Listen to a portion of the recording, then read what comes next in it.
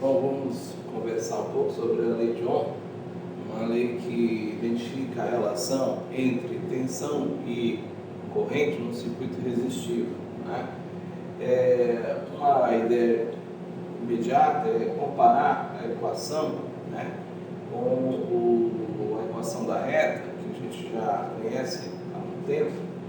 E na equação da reta, que tem a forma de y igual a ax mais b, por exemplo, no plano cartesiano xy, tenho a interpretação de que o parâmetro b ele é o ponto de corte na reta do y, e o parâmetro a ele é a inclinação da reta, né, que nós estamos trabalhando.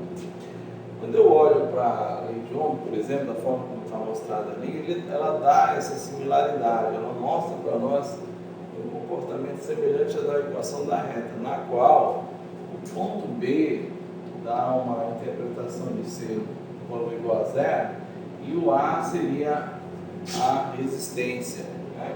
Então, no trabalho que a gente pode fazer, a gente pode tentar encontrar na prática como está a variação da tensão pela corrente, e vamos perceber que no caso linear, através da equação da lei de Ohm, a gente vai entender uma situação em que, à medida que eu aumento a tensão, eu aumento a corrente, eu obtenho corrente maior, né? E ao encontrar um resultado linear, sabe que a resistência que eu estou usando é uma resistência ômica, eu terei a mesma inclinação dos pontos estudados.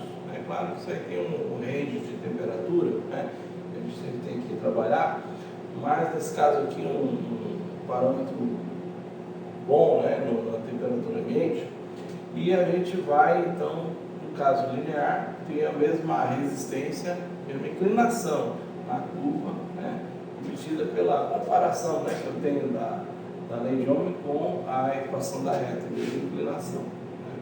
Posso ter casos em que a resistência não é linear, então aí é o caso dos filamentos de lâmpada ou outras situações em que a temperatura seja um fator preponderante. Por que a gente não espera o mesmo comportamento no caso de uma variação de temperatura? É bom entender que a passagem dos portadores de corrente, né, pensar os elétrons, que eles estão caminhando num condutor, eles precisam passar no condutor através das moléculas, né? E com o aumento da temperatura, a gente já sabe que temperatura está vinculada à vibração de moléculas. Quanto mais elas vibram, maior é a temperatura. Então, os elétrons, a gente pode presumir dessa forma, os elétrons tendo necessidade de passar pelas moléculas, né, pela estrutura do condutor, a estrutura vibrando com o aumento da temperatura fica mais difícil para eles passarem, fica uma condição mais complicada, né? É como se a gente tivesse que passar numa ponte na qual a ponte não parasse de vibrar, sem dúvida muito complicado, né? Aí a mesma condição a gente interpreta no caso de um aumento de temperatura no condutor provocar uma resistência, né, maior. Então, no caso do filamento de lâmpada incandescente, que essa temperatura fica muito grande, a gente vai ter a interpretação de, então, uma maior resistência surgindo. Quando a gente vai aferir, deve encontrar uma resposta, uma curva como essa que eu estou mostrando, em que a inclinação que está correspondendo à resistência vai aumentando à medida que a corrente aumenta. Então, a gente sabe, então, pela interpretação do gráfico, que como a inclinação está aumentando, a resistência está aumentando.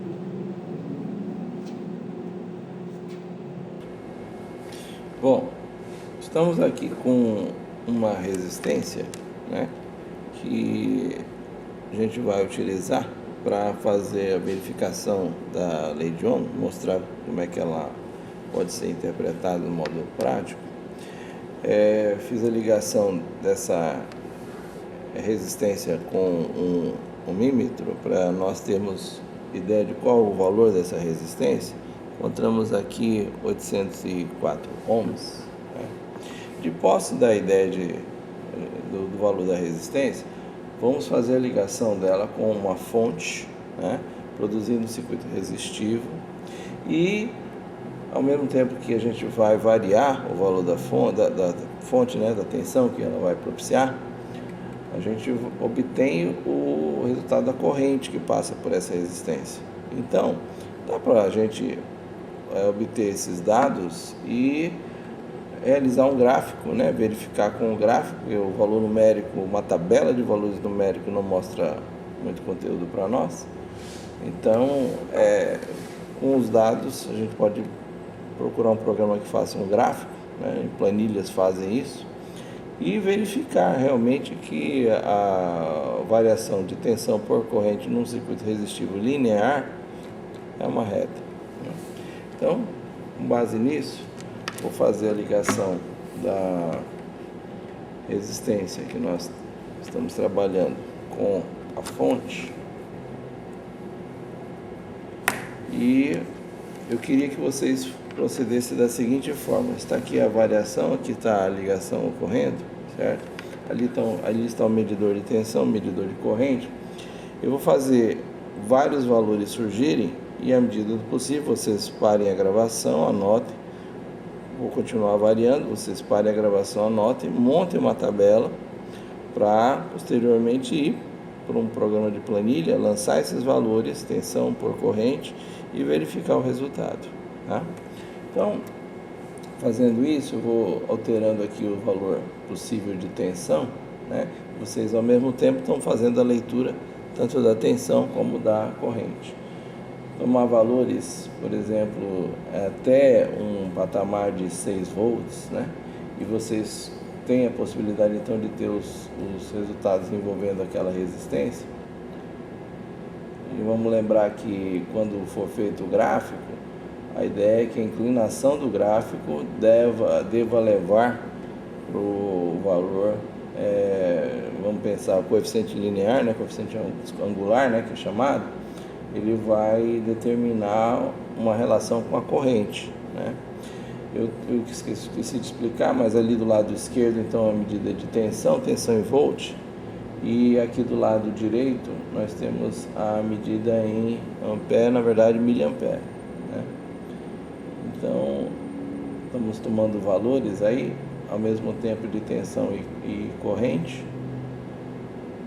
chegando ao patamar de 3 volts, né? E vamos caminhando com os valores até perto de 6 volts. Então, como eu expliquei, vamos anotar os valores e, com isso, ter possibilidade de fazer um gráfico. A ideia de você trabalhar com essas situações sempre é ter as ferramentas em mão. Uma delas é poder realizar gráficos, que os gráficos, a ideia visual, ela traduz muito em relação ao que está acontecendo. Então, vai dar uma relação para nós de como os valores de tensão e corrente estão variando, né?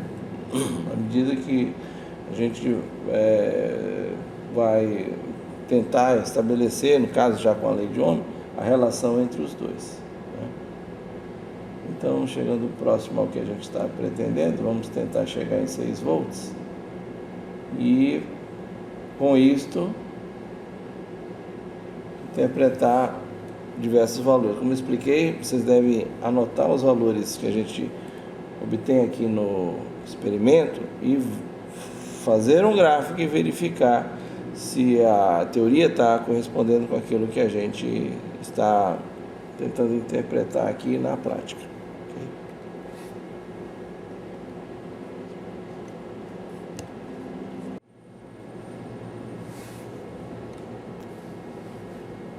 Vamos agora analisar como ficaria o comportamento de uma resistência não linear, né, na ideia de variar a tensão e obter o resultado da corrente. Vamos fazer uso de uma lâmpada do tipo incandescente, em que o filamento deve aquecer e, ao aquecer, alterar então o resultado dessa resistência do filamento. Temos aqui um medidor de tensão, medidor de corrente, e eu proponho que a gente faça a variação dos valores da tensão. Vocês verifiquem esse valor, anotem o valor da corrente, montem uma planilha. De posse da planilha, façam um gráfico e aí verifiquem o comportamento da variação da tensão pela corrente pelos dados obtidos, certo? Então, vou fazer surgir vários valores aqui de tensão na fonte. Vocês vão anotando a referência em relação à tensão e par, resistência, par tensão e corrente, e preparem um gráfico, de forma a entender visualmente o comportamento desses dois valores agora, no caso de uma resistência não linear.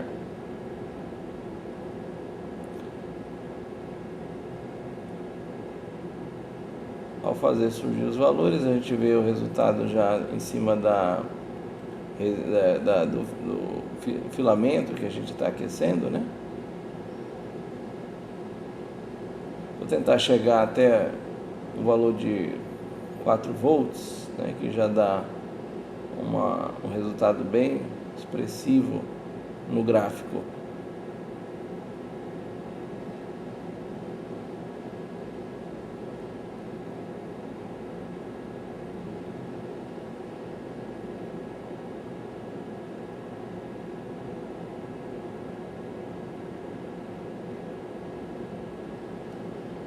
Lembre que a inclinação do gráfico mostra o comportamento da resistência. Se a inclinação estiver aumentando, então sem dúvida a gente vai perceber um aumento da resistência.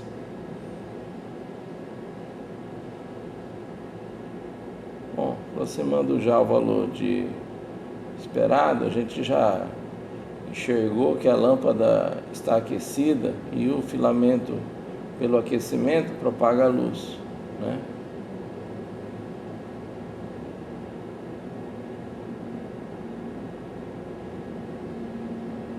Ok.